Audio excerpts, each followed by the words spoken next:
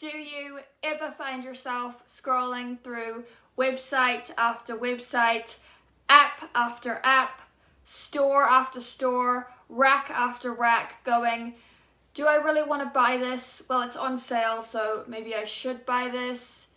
Or saying, I really want to buy this, but it's not on sale, and you find yourself with so much clothing in your closet that you just never wear or may have only worn once, and you're like, okay, it's time to throw you away, but I just can't. And you're like, am I becoming a shopaholic?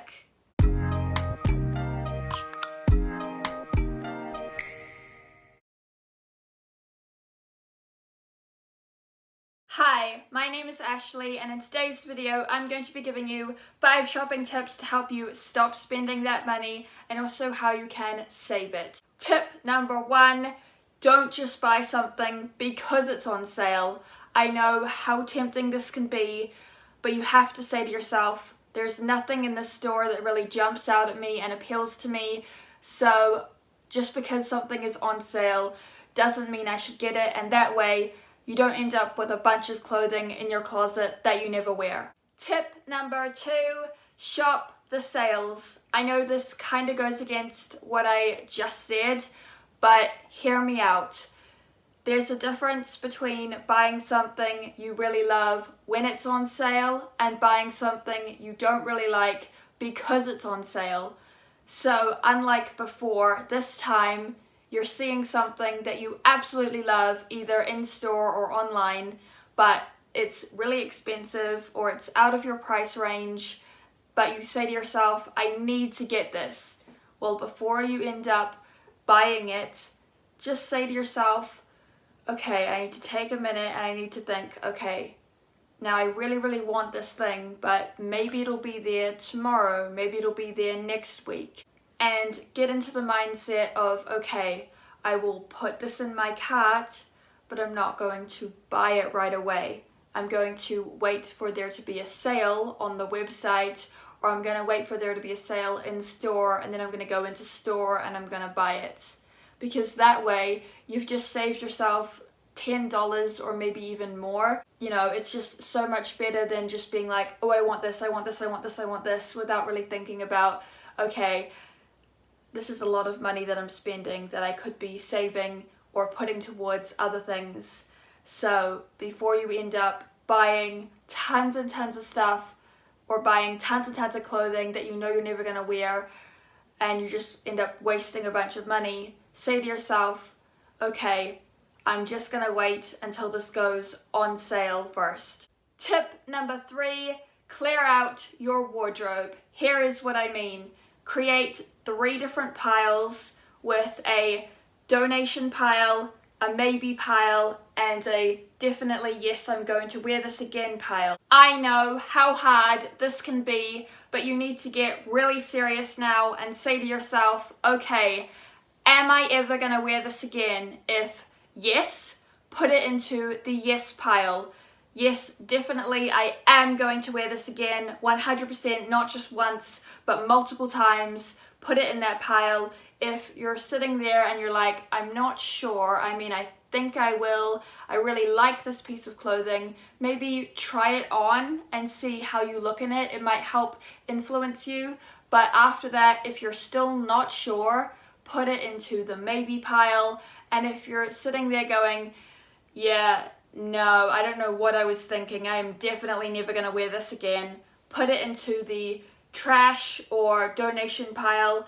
And then once you've done this multiple times, you can then have 3 different piles that you know for sure, and then put the clothing that you definitely are going to wear again into your closet until you're only left with the maybe and the definitely not. Now you're going to go through your definitely not pile and you're going to just check that everything in there is something that you're never going to wear again. You could end up going through one of those apps where you end up getting some of your money back, which might make you feel better about spending all of that money. But I would personally go through donations or go through a sibling or a cousin, someone that you know will love the clothing that you're getting rid of and will actually get some use out of it. It's just way more rewarding to be like, okay, I'm never going to wear this again, but someone else is, whether that's a family member or someone on a website who's going to buy it and love it, or someone at one of those secondhand stores who's going to really enjoy having it, or maybe someone from one of those donation bins who's going to pick it up and really enjoy wearing it. So whether you go through an app or through a store or just give it away and don't get any money back, you'll feel so much better about getting it out of your closet and it going to a new home and a new owner who's really gonna love that piece of clothing. Now you're left with the maybe pile and you're saying to yourself, what do I do? Take that maybe pile, try on all of those clothes, and if you know for sure, okay, this is yes and this is no, split that maybe pile into yes and no until eventually everything is back in your closet except for the things that you definitely want to get rid of, and that gets thrown away or gets given to charity, just like the rest of the no's.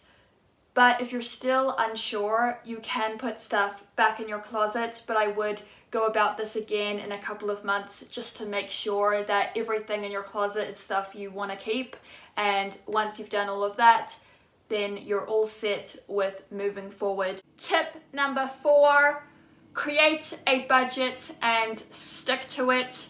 I made this video a very long time ago called 3 shopping tips for Shopaholics, where I went into tons of detail talking about different graphs you could make, how to save your money versus spending it, different things that you could do. So I will link that down below to help you out. But in this video, I'm just gonna say, try to create a budget of maybe $50 depending on how much you get paid every week and how much you are willing to spend on things like clothing and jewelry versus things like your groceries.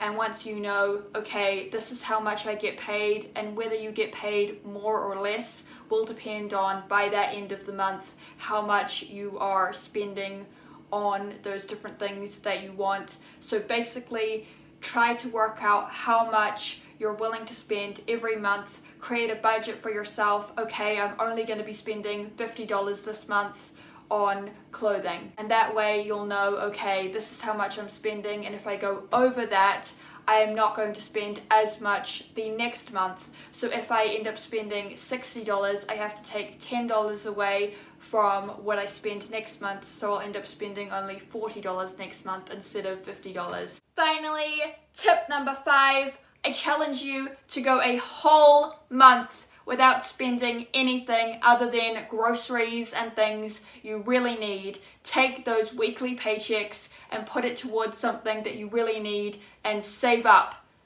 Put it all into your savings. Say to yourself, okay, do I want to get a new light and camera, or put it towards furniture? Like, I am moving out, so I need to get new furniture for my new place. So put it toward things that you really need, that are in the future, and really save that money and try to go a whole month, maybe even 2 months, and try to save all of that money that you would spend on clothing and put it towards something that you know you're going to need and that you're going to use long term for many years to come. Something that might be a bit more expensive, like maybe you're taking 2 months worth of things and putting it towards something big that you know you're going to be using in the future, or putting it towards that thing that you really want to get. And if you can do that, then congratulations, you've made it.